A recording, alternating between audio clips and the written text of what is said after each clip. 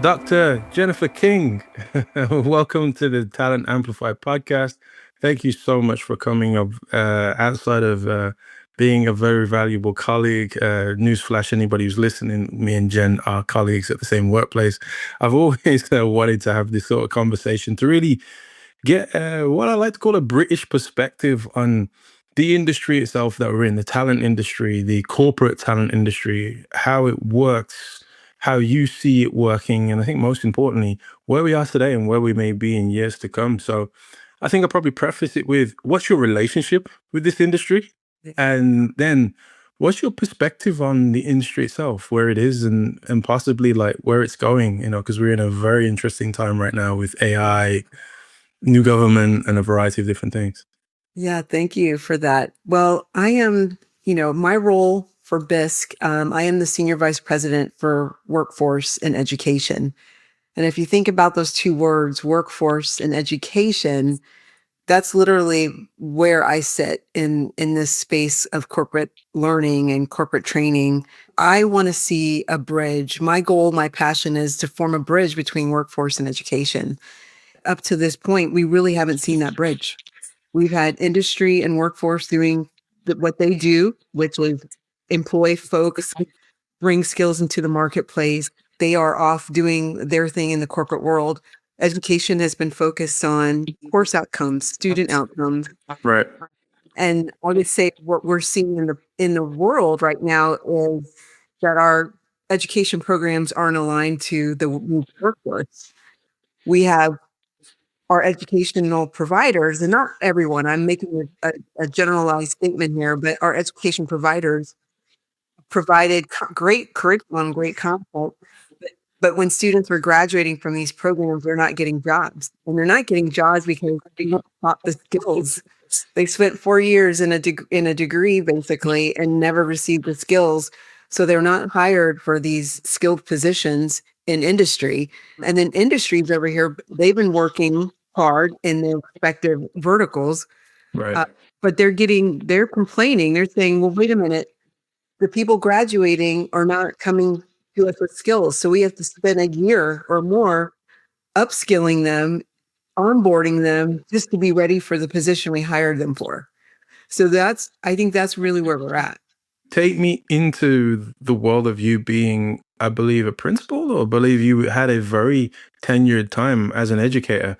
Yeah. My thought about education itself is that there would always be a natural evolution, but also an alignment that should be included in the nature of education, because the purpose of education really at its core is to grow you as a stellar human being who can contribute well to a society. Right. And in doing so, what's included is you being able to contribute to the economic needs of the society. Therefore, that would be embedded in the education. You would So think. where and how did the world of industry gets so far away from the world of education to where I would imagine every degree that used to exist and exists in many ways was given birth to and created because there was a need in industry. Where did that happen with you seeing it from the inside and now being in this position from the outside where you're now trying to create a bridge? Yes. But that bridge should always have existed. Like, how and why do you think that even came about in the first place? That's such a great question. Back to your first question, my background, I did start in education as a high school English teacher. Right. And then after I received my doctorate, I went on into higher education. And I'm a former tenured professor. I'm a dean. I've lived in that world. I am at my core, in my heart, in my soul, an academic. I mean, first and foremost, I'm an academic. Okay. I wear that hat and I wear it proudly. And I would say that what you're describing is what we used to call vocational education. Okay.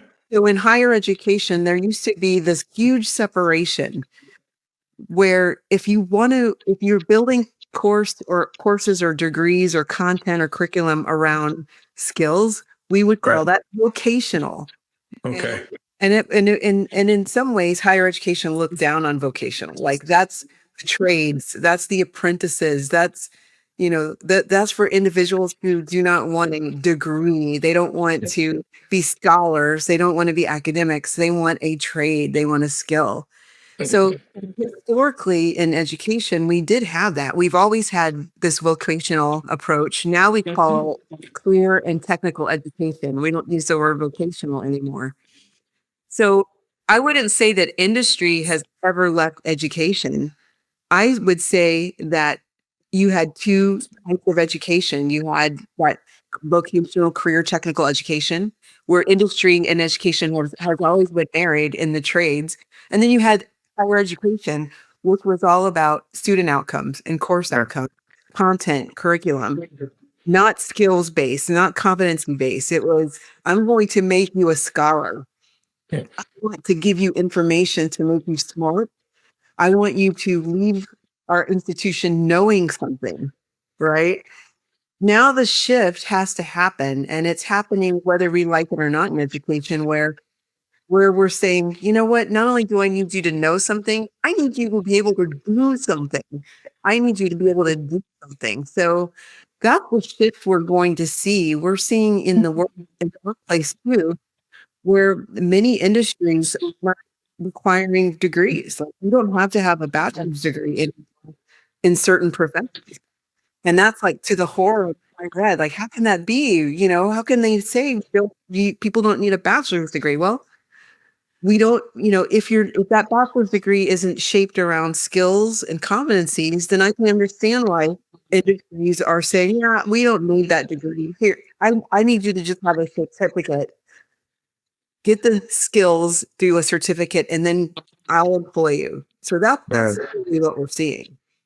Right. So wouldn't you say then that we're kind of moving towards this intersection between intelligence and agency, where agency is this really new, no, I won't say new, but definitely more used word today since the evolution of AI, because ultimately intelligence has always been how you think through a problem. It's not necessarily you doing and going through the problem as much as how you approach the thinking of how you want to tackle it. Whereas agencies knowing how to apply something to get the outcome, which would then assume that you may be very good at just not being afraid to just go out and fail and do something fast. And because you get the feedback of what works, sometimes your 20, 30% can be better than somebody's anything at any percent because they don't try because they're always overthinking of how to do it. And it's almost this strange crossroad between, okay, you are in education and you're becoming highly intelligent, you know all of the ways that you could do and tackle this particular thing, but you've not necessarily tackled any of them. And me as an industry person or a CEO or a leader of a company, I need people who are confident that they can just come in, tackle this thing. But wait, I've not applied much of my intelligence to tackling it yet. So therefore, as much as you're so intelligent, you're not as much use to me because you haven't got that many feedback loop cycles because you haven't actually tried the Yeah. thing that you've been learning about all this time. And it That's seems like we're at this weird intersection of that. And I don't know how you fix that at a university level because even placement stuff does not represent the pressure, the right. stress, the need to be able to succeed for a company that may go out of business if your decision is the wrong decision. It's very interesting because I can tell you, I have celebrated 32 years, close to 33 years in education. Right. And I can tell you for most of those 33 years, the conversations are, we're going to teach you something in education and you're going to do it when you go to work.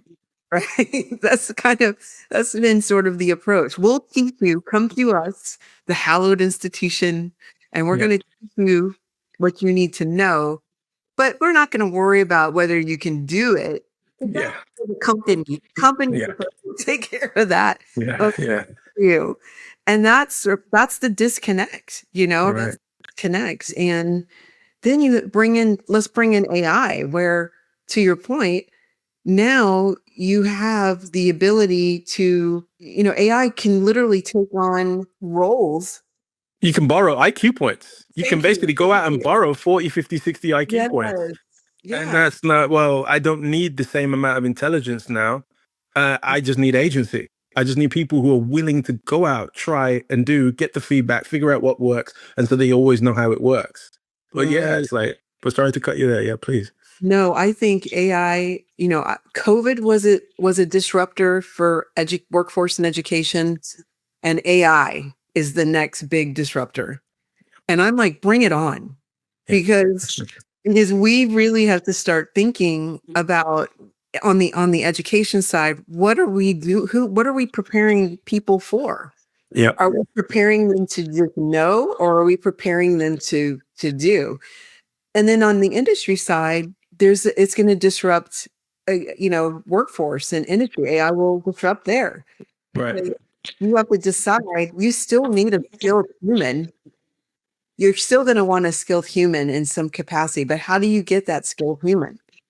Where do you find that skilled human now?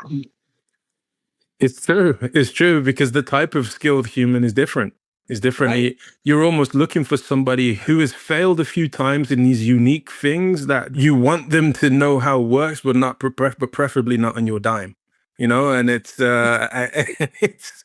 it's a really sensitive issue because it's like, okay, well, what kind of job would I hire for? I need a person who can write papers, who can do research, who can put together certain types of campaigns, Yeah. but I want them to be able to use robots to do it, but I don't want them to test if the robots will work with me. I want them to already know they've already tested that it could. And I feel that's this really strange interlude of where we're at the moment, where we want something that a person's not necessarily yet ready for, but yet we're not gonna over risk getting them ready for it.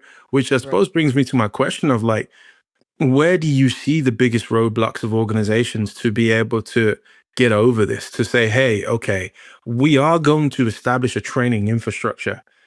What stops a lot of organizations wanting to do that? Or, if anything, put the time into doing it properly. Because a lot of people may have some stuff on some spreadsheets. Here's the programs you can take. Here's the partners that we have. They just kind of do it to check a box far more than they do it because they proactively see an ROI in this effort. Like, what do you see the roadblocks being for companies to adopt a proper skills infrastructure? I think the number one thing is, and this has always been the case, corporate, the training, they know the skills that you need, but they are not teachers of skills. They aren't Right. always educators of skills. It's sort of like in the higher ed side, when you have a faculty member who is great at content, they know that content, they live that content, they wrote the textbooks, but you put them in front of a group of students and they're terrible teachers. They don't know how to teach, they don't know how to communicate, they don't know how to take complex things and get it down to the lowest common denominator for someone to understand it. It's the Right. same, it's the same thing in workforce, I think.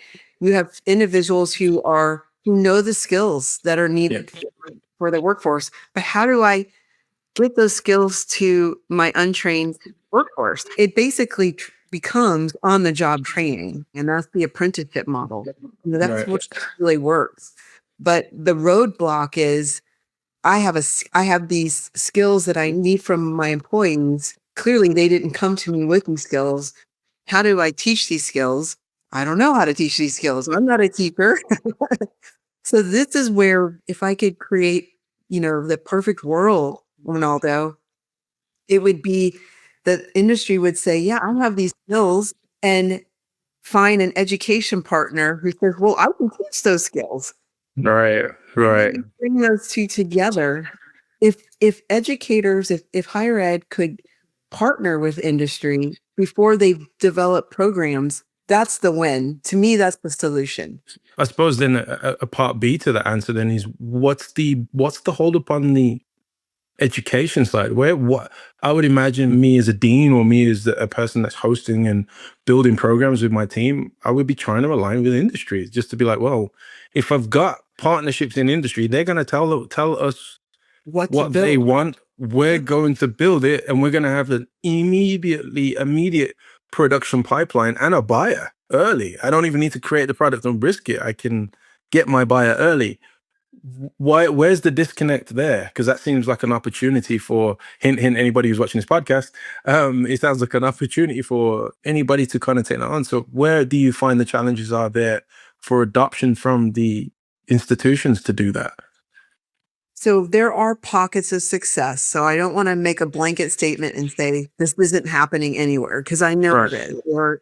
There are great programs out there, smart folks who've where the lights came on and they go, you know what, before I build this engineering program, I better go over to this engineering company, this in the industry of engineering and find out what I need to build in this program. So I know that is happening in pockets, Right. but I would say by and large, you have higher ed that has been resistant to industry.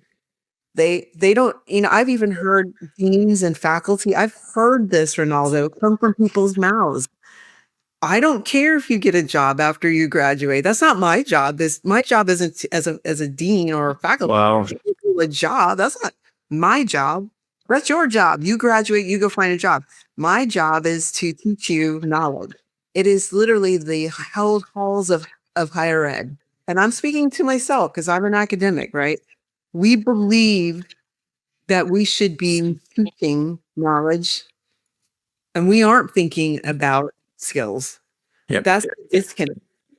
That is a total disconnect. And then it's the reverse as well, where where the industry person isn't going to academia either because we're snobs. Right. For the industry, they don't want to deal with the academics because we think it's all about scholarly knowledge. It's all about academics.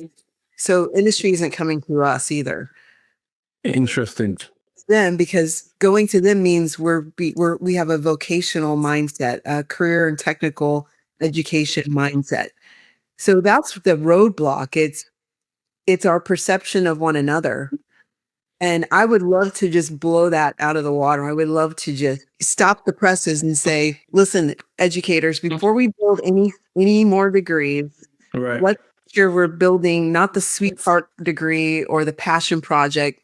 Let's align it to the needs of industry. Let's align our programs to the skills gap. Either locally, regionally, nationally, or internationally. Let's align it to where the skills gap is. To me, that would be a beautiful marriage. So it sounds like you're trying to marry up two very unique industries that think they have two very independent responsibilities and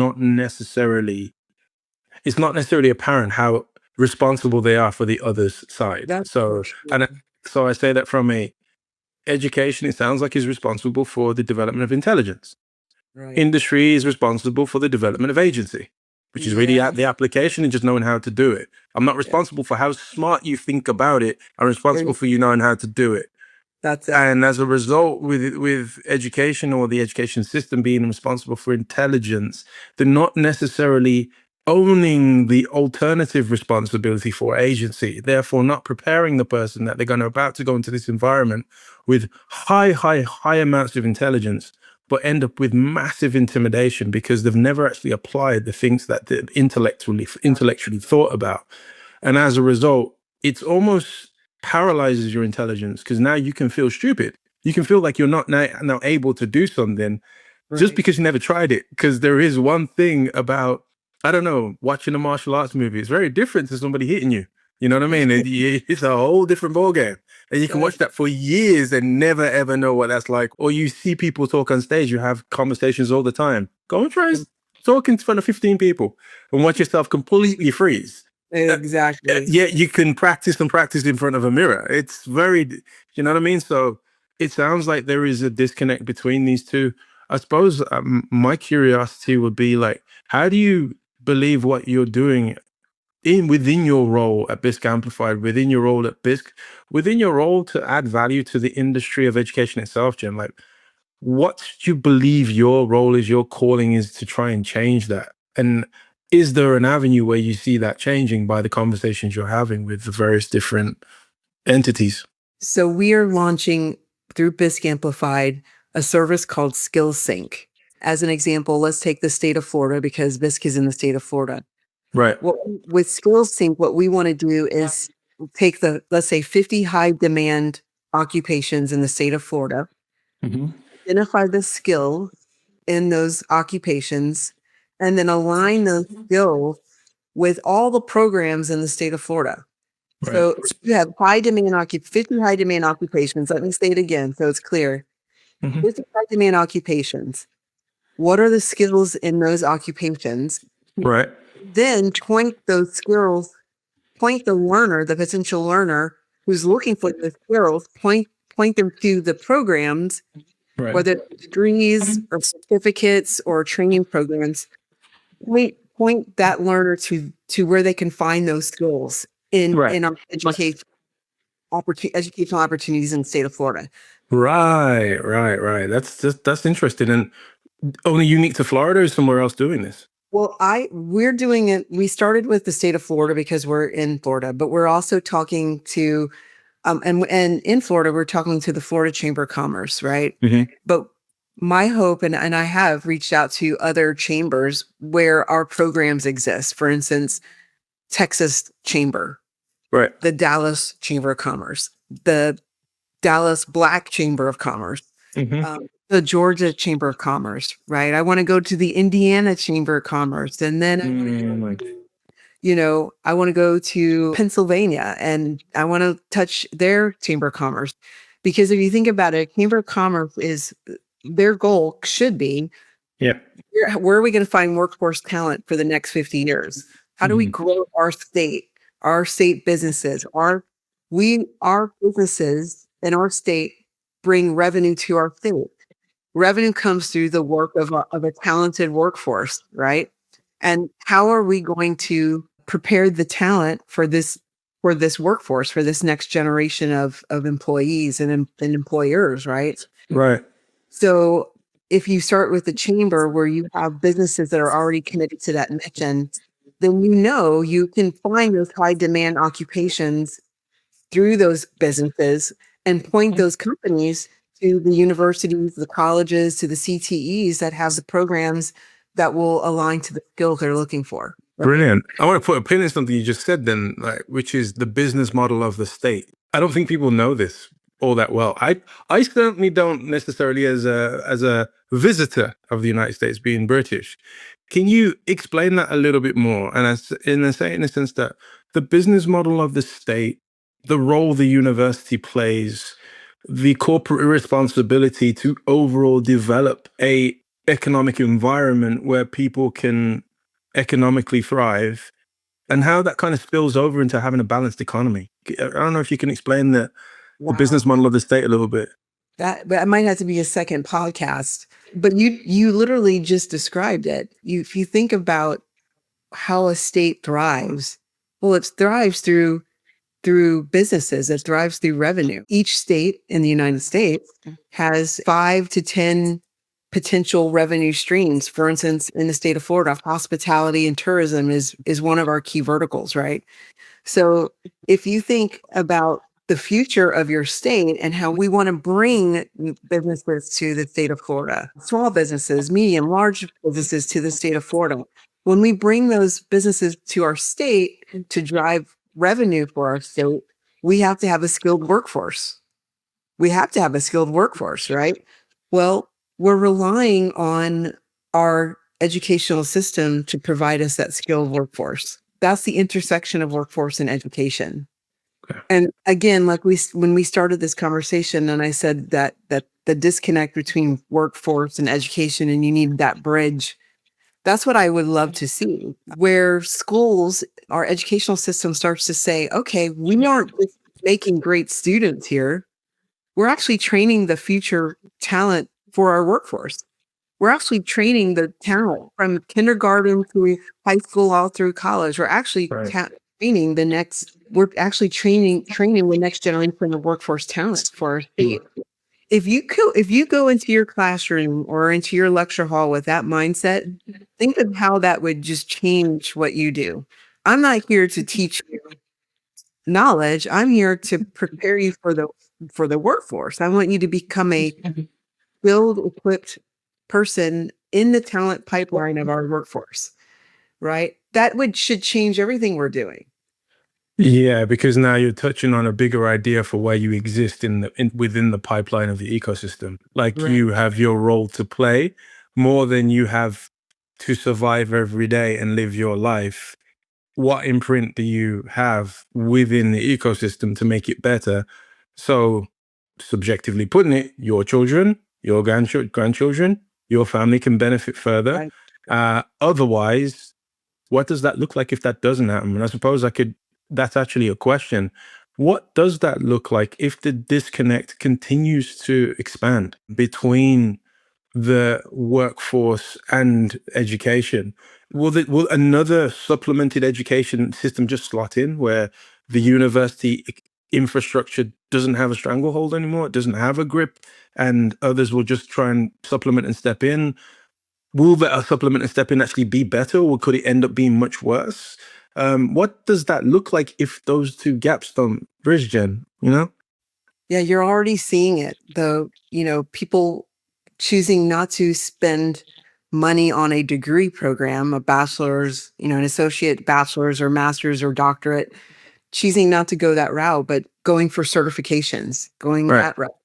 Right. You're already seeing that shift. In some cases, enrollments for four-year degrees, those enrollments are going down in many cases because people are opting out of that traditional educational model and they're going to the workforce model, which is certifications. Micro credentials is another term that we hear. These are short courses that are skills based. Hmm. So you know that if you take a four-year degree, I'm going to graduate knowing something. Right. If I take these five certifications or these five micro credentials, I'm going to finish knowing how to do something versus how to just know something. I'm going to be able to do something. So you Right. already see this shift happening where people are opting out of the traditional program and moving into, more workforce driven training programs, apprenticeship programs. So what And do you see? So what do you see as the future of degree? I mean, we can clearly see the future of certificate because its future started now, right. right? It's an active player in where we are currently at, and there's organizations that are big enough to either supplement and pay for the certificate for their employees or build them themselves. IBM, Google, Microsoft, I know they build their own. So what's the future of degree within, I suppose, within a workforce context as well? I believe still that, I could be wrong, but I don't think I am. That higher ed and the degree is still going to be the North Star.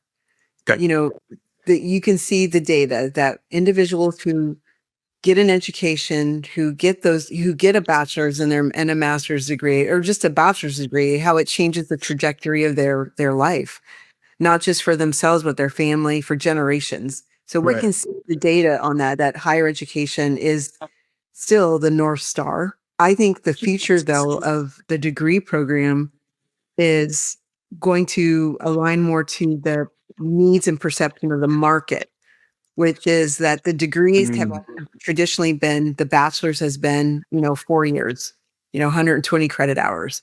The master's degree has always been traditionally 2 years, 40 to 46 credit hours. I think the future of degrees is going to change due to the needs and demand and the skills gap and then demand in the labor market. People need to get that learning and to get those skills faster. They want it Right. faster, they need it cheaper.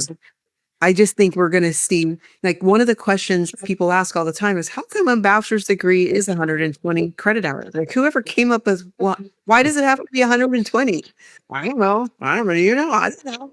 I mean, I'm sure there's some reason why somebody somewhere at some point in history said it's 120 hours, but why? Why is it 120 hours?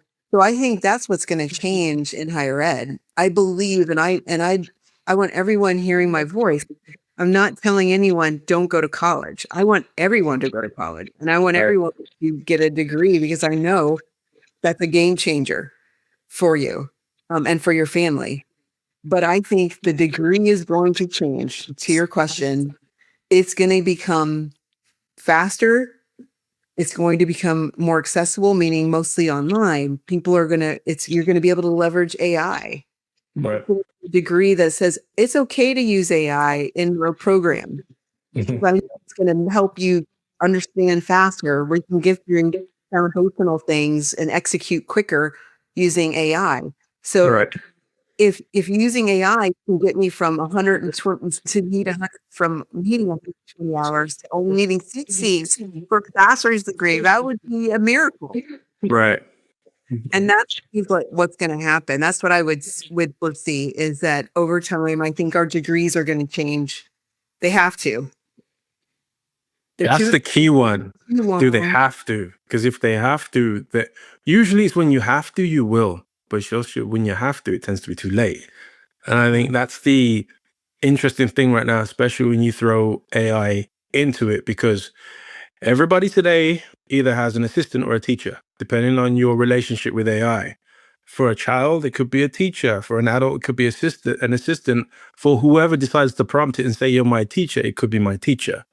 And I think that's where now we're talking about unique, tailored, subjective learning specifically to the individual. And I listened to something very interesting the other day. I didn't qualify the evidence behind it, but it sounds pretty accurate just by even my own teaching experience. People have done many experiments with how teaching and how changing the classroom impacts the modus of learning, or the effectiveness of learning. And there's not that many changes that make that much of a difference and an impact in the outcomes of how someone learns, other than one-to-one learning. And what AI is one-to-one learning on steroids. It Because really now I've got someone who knows me perfectly, who's never going to judge me, who's going to sit with me all day, and who's going to basically shine a mirror on what I do know and don't know, and is going to frame my understanding in a way that I've never seen it framed before. And with that new player in the market, it makes me wonder what the reactionary impact happens with the way the degree needs to adjust in order for it to consistently have its value in the workforce. Because it makes sense why certificates do, because people need them for short, sharp, fast skills for an employer to really understand that you're ready to do X, Y, Z, A, B, C. But degree, we're talking about 2 and 4 years. In 4 years, two humanoid robots might be able to speak to each other and create another humanoid robot. like. Um, it's such a much more difficult sale. So, But didn't we say this about the internet? You true, know, true, true. we did say this, and I know we've got to wrap it up. But if you think about it, Yeah. I know when I was in college, how much time I spent in a library Yes. looking for books and pulling books off the shelves and Yes. reading and highlighting and finding Yeah. another book and Yeah. stacks and stacks of books and stacks, and then something happened in a world called the internet. And Yeah. suddenly I didn't have to go to the library to find the book. I could just Google it. Right. Right. I Right. could find things quicker, faster, and it simplified the complexity of learning. Yeah. It is the same thing with AI. It's going to be the same shift where suddenly that 15-week course, you could still have a 15-week semester, Right. but with AI, all of that foundational, the first 5 weeks of foundational blah, blah, blah, blah, blah, Mm-hmm. can be reduced to 1 week with an AI teaching assistant. And Yes. then you can spend the next 14 weeks doing something, doing Yes. the Yeah. thing you're going to learn, like doing and using the skills that you need to be ready for that role in the workforce. I mean, think about it. Completely agree, because I do believe we're moving away from the age of intelligence into the age of agency, and I think now you need to be really willing to make mistakes, because those who are willing to make mistakes and get feedback and figure it out fast will exist very well in an environment where intelligence can be supplemented in a roundabout way, shape, or form. But again, that's just a very subjective view, but it's definitely my view and how things are shaping at the moment. But 100%. but Jen, you've been really graceful with your time. Wanted to do just a very light exercise at the end, just to kind of close us out. I'm just going to say a statement. I'd just like to give you to give me one word back as a result of what you think about that statement. Yeah. So One word, one word, only one word. All right. Oh, the small little game. Workforce, talent, education, skills, degree, relevance, artificial intelligence,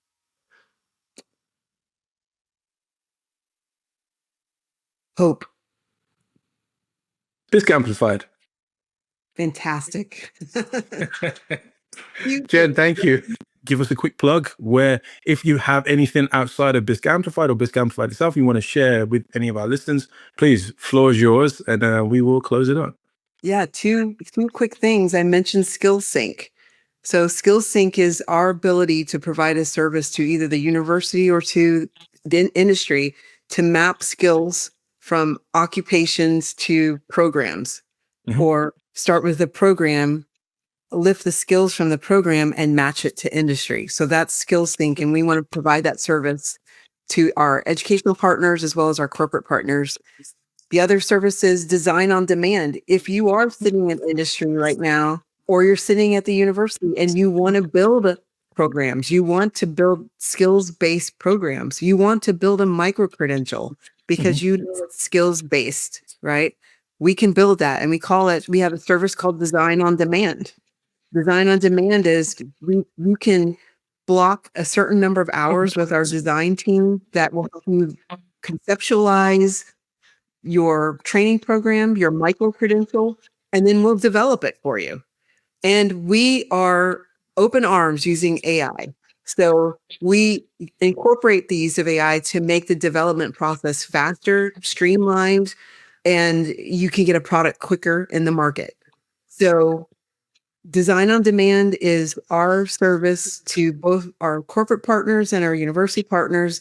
If you need content developed, curriculum developed, especially if it's going to be skills-based and you just don't know how to do it, this can do that for you. Jen, thank you so much. I really appreciate your time.